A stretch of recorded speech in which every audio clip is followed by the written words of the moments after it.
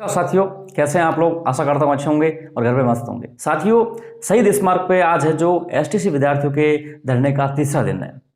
वो कुछ मांगों को लेकर, अपने हक की लड़ाई को लेकर है जो वो शहीद स्मारक पर 3 दिन से डटे हुए है। विद्यार्थी शहीद स्मारक पर क्यों एकत्रित हुए हैं, इन्हें क्यों आवश्यकता पड़ी इस तरह से सड़कों पर उतरने की, आंदोलन करने की। जो विद्यार्थी केवल और केवल किताबों में ध्यान रखते हैं वो आज आंदोलन की राह पर क्यों हैं, ये सबसे बड़ा कारण है। सोचनीय और विचारणीय बिंदु है कि आखिर उन्हें से क्या जरूरत पड़ गई कि वो आज है जो आंदोलन की राह पर उतर पड़े हैं अपनी किताबों को छोड़कर। साथियों, सीधी सी बात है, एनसीटी द्वारा एक नियम लागू किया गया कि अब लेवल प्रथम के लिए बीएड के अभ्यर्थी भी योग्य हो सकते हैं। जब इस बात को लेकर, जब इस चीज की चर्चा शुरू हुई, विद्यार्थियों को पता चला बीएड वालों को, तब उन्होंने भी इस बात को लेकर बात की कि भी हमारा मौका है, हमारा इसमें हक है, एनसीटी ने गाइडलाइन बनाई है तो हम इसमें एलिजिबल है, योग्य है। तो फिर इस मुद्दे ने विवाद पकड़ लिया। मुद्दा इतना विवाद पकड़ा कि गवर्नमेंट ने अपना विज्ञप्ति जारी करके पल्ला झाड़ लिया और सीधा कोर्ट पहुंच गया। और कोर्ट पहुंचने के बाद परिस्थितियां दिन ब दिन है जो बदलती गई और आपके सामने सारी चीजें, क्या चीजें हो रही है और क्या नहीं हो रही है। साथ ही बात करें गलती की, तो किसकी गलती हो सकती है? क्या सरकार की गलती है? सरकार ने तो विज्ञप्ति जारी करके L1 में केवल एसटीसी को योग्य ठहराया था और उन्होंने बोल दिया मुद्दा कोर्ट के अंदर। कल ही माननीय शिक्षा मंत्री जी ने बयान देकर बता दिया है कि मुद्दा कोर्ट में, कोर्ट जो करेगा वो हम मान लेंगे, बात खत्म। बात करें एसटीसी विद्यार्थियों की, क्या उनकी गलती है? उनकी गलती है नहीं, क्योंकि उन्होंने जो इस उम्मीद से ही एसटीसी की थी कि उनको केवल एक मौका ही मिलता है और उसमें केवल उनके लिए है, तो सीटें उनके लिए होगी और वो इसमें अपनी कंपटीशन करेंगे, तो उनकी गलती तो है नहीं। क्या बीएड के अभ्यर्थियों की गलती है? गलती बीएड के अभ्यर्थियों की भी नहीं है। कुछ लोगों ने उन्हें बरगलाया और उसके बाद उनको लगता है कि वो एनसीटी है, जो नियम बनाया एनसीटी ने, वो उनके लिए है और उनको इसमें मौका मिलना चाहिए और उनका इसमें हक है। तो उन पे बीएड वालों की गलती नहीं है, क्योंकि उनको जब मौका मिल रहा है तो वो इस मौके को छोड़ेंगे क्यों। लेकिन बात करें एनसीटी की गलती की, तो बिल्कुल एनसीटी की गलती है। गलती बड़ी उनकी ही है कि उन्होंने किस बात पे, किस आधार पर इस नियम का निर्माण किया, किस परिदृश्य को, किस परिप्रेक्ष्य को ध्यान में रखते हुए, मद्देनजर रखते हुए उन्होंने इस नियमों का निर्माण किया और बताया कि लेवल 1 में बीएड के अभ्यर्थी भी योग्य होते।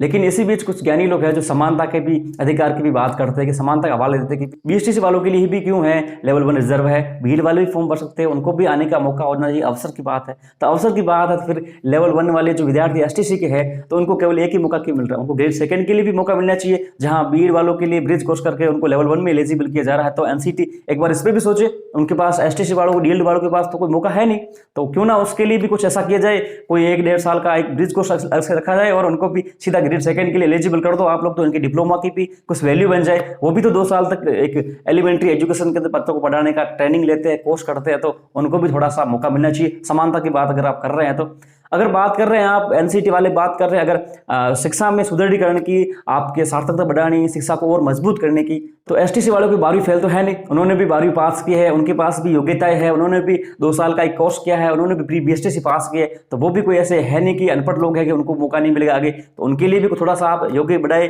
उनको भी लेवल 2 के लिए एलिजिबल करे, उनको ग्रेड 2 के लिए भी एलिजिबल करे, उनके लिए भी कोई एक ऐसा आधार रख दीजिए, कोर्स रख दीजिए, वो कर लेंगे वो लोग और वो भी उसमें एलिजिबल हो, तो उनके पास मौकों की अवसरता भी बढ़े।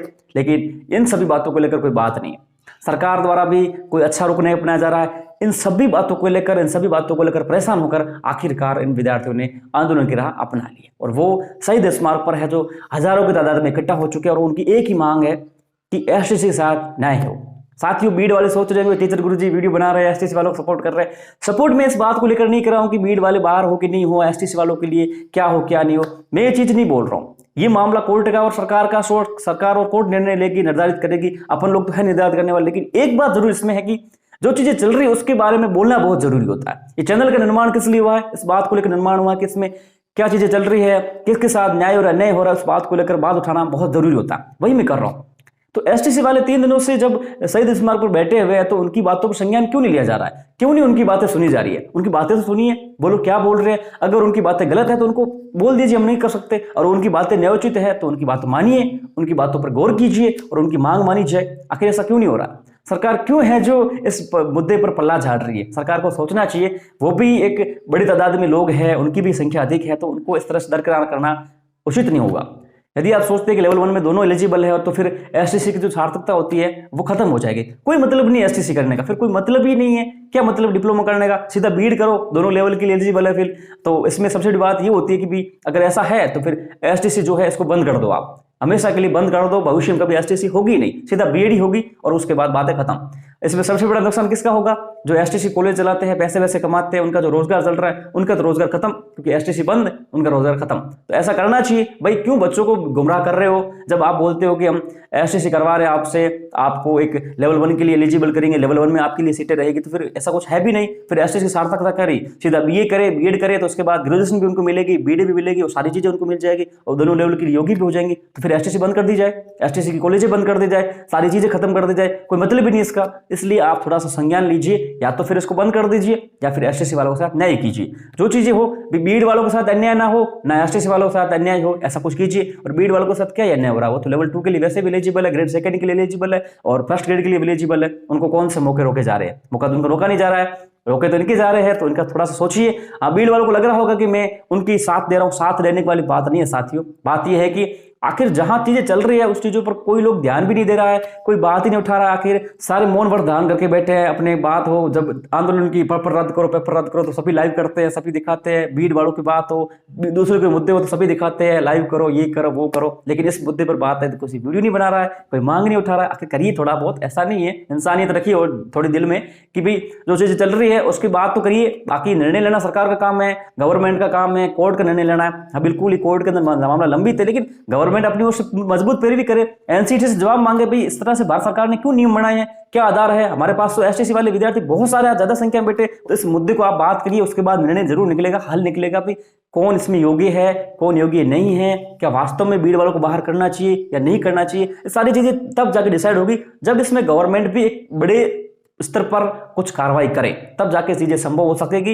इसलिए जो चीजें चल रही है उस संबंध में मैंने वीडियो बनाया है, और मैं बिल्कुल इस चीज को लेकर जरूर माननीय सरकार, माननीय मुख्यमंत्री जी जननेता से जननायक श्री अशोक जी गहलोत, माननीय शिक्षा मंत्री श्री गोविंद सिंह जी डोटासरा, जो बिल्कुल बेरोजगार विदेशी है, जननेता से बिल्कुल बेरोजगारों के हित में ही काम करता है, उनसे मैं जरूर ये निवेदन करूंगा कि आप इस मुद्दे पर संज्ञान लीजिए, कुछ सोचिए आखिर किसमें क्या चीजें निकल सकती है, किसकी गलती है, किसके साथ अन्याय हो रहा है, किसके साथ न्याय हो रहा है। इन सभी चीजों को लेकर आप संज्ञान लीजिए और जल्द से जल्द जो निर्णय लीजिए। बच्चे 3 दिनों से सर्दी के मौसम में वो बैठे हैं वहां पर शहीद स्मारक पे, तो उनके ऊपर भी थोड़ा सा दया कीजिए, उनकी क्या मांगे सुनिए, उसके बाद निर्णय निकालने की कोशिश कीजिए। आपके पास बड़ी विधि बेता है, और जो कुछ भी संभव हो संभव चीजें करने की कोशिश कीजिए, तब भी जो बच्चे यहाँ से उठ सकते हैं, मुझे ऐसा लग रहा है, क्योंकि वो उनकी संख्या दिन ब दिन है जो बढ़ती जा रही है। साथियों बात करूं पेपर लीक के बारे में। अब बत्ती लाल जी आपके पकड़े जा चुके हैं, उन्होंने बत्ती लगाई है, और उन्होंने बाद से बहुत सारे राज खुल चुके हैं। उन्होंने किस गैंग से जो लिए है, कुछ लोगों से जो है पेपर लिए, कुछ लोगों को पहुंचाए हैं, उसके बाद तो रद्द करने वाली मांग उठ पड़ी फिर से कि रद्द करो, पेपर रद्द करो, पेपर रद्द करो।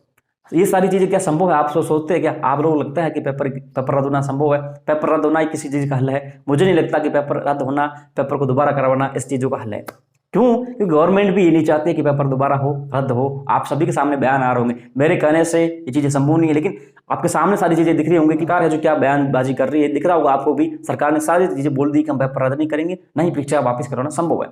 लेकिन साथियों इन 2 चीजों के ऊपर अगर सभी लोग गौर करें तो सबसे बेहतरीन चीजें हो सकती है। नंबर 1 कि सीबीआई जांच करवाई जाए इस मुद्दे के ऊपर, रीट की। जो लोग दोषी है, जिन लोगों को फायदा पहुंचाया गया है, जिन लोगों को लाभ मिला है इस मुद्दे से, पेपर पहुंचाया गया है, अच्छे नंबर पहुंचे हैं, मिले हैं, जो भी हुआ है, उनका रिजल्ट रोके, उनको ब्लैकलिस्ट करे, उनको इस भर्ती से बाहर ही कर दिया जाए, उनको रोक दिया जाए, सिर्फ उनको कुछ करने नहीं दिया जाए, आगे किसी भी कांस्टेबल की भर्ती के लिए भी उन्हें एलिजिबल मत रखिए।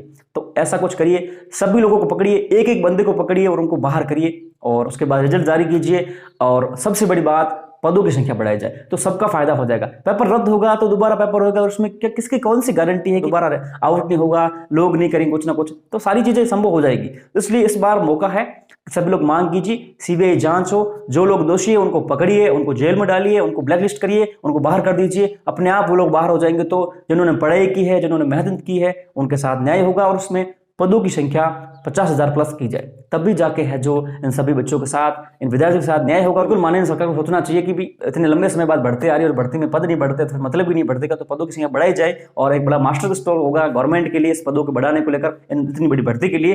तो सोचना चाहिए थोड़ा सा गवर्नमेंट को, और बिल्कुल बच्चों की मांग भी है कि इसमें पदों की संख्या बढ़ाई जाए। तो साथियों वीडियो शेयर अवश्य कीजिएगा, कुछ मांगों को लेकर मैंने वीडियो बनाया है, और मैं विशेष रूप से बीएड और बीसी विवाद को लेकर स्पष्ट कर दूं, मैं निष्पक्ष हूं, लेकिन जो चीजें चल रही है उसमें मुझे बोलने का मजबूर होना पड़ा, इसलिए बोल रहा हूं। बीएड वाले न सोचे कि हमारे खिलाफ है आप, बिल्कुल हम आपके खिलाफ नहीं है, लेकिन बात यह है कि यहाँ पे गलती किसकी है, कौन क्या संज्ञान नहीं ले रहा है, वो कहना बहुत जरूरी था। और मैंने कहा है निश्चित रूप से गवर्नमेंट को, एनसीटी को, सभी आला अधिकारी जिनको सोचना चाहिए कि इस मुद्दे पर कौन कहां पर खामी रख रहा है और इन बच्चों की क्या गलती है, उनको इस पर आंदोलन की राह पर उतरना पड़ा। साथियों, वीडियो शेयर अवश्य कीजिएगा अगर अच्छा लगा है तो, और वीडियो चैनल पर पहली बार विजिट कर रहे हैं तो चैनल को सब्सक्राइब कीजिएगा, वीडियो को लाइक कीजिएगा। तो चलिए साथियों, मिलते फिर एक से ऐसे ही कुछ अलग और नेक्स्ट वीडियो में, तब तक के लिए जय हिंद, जय भारत।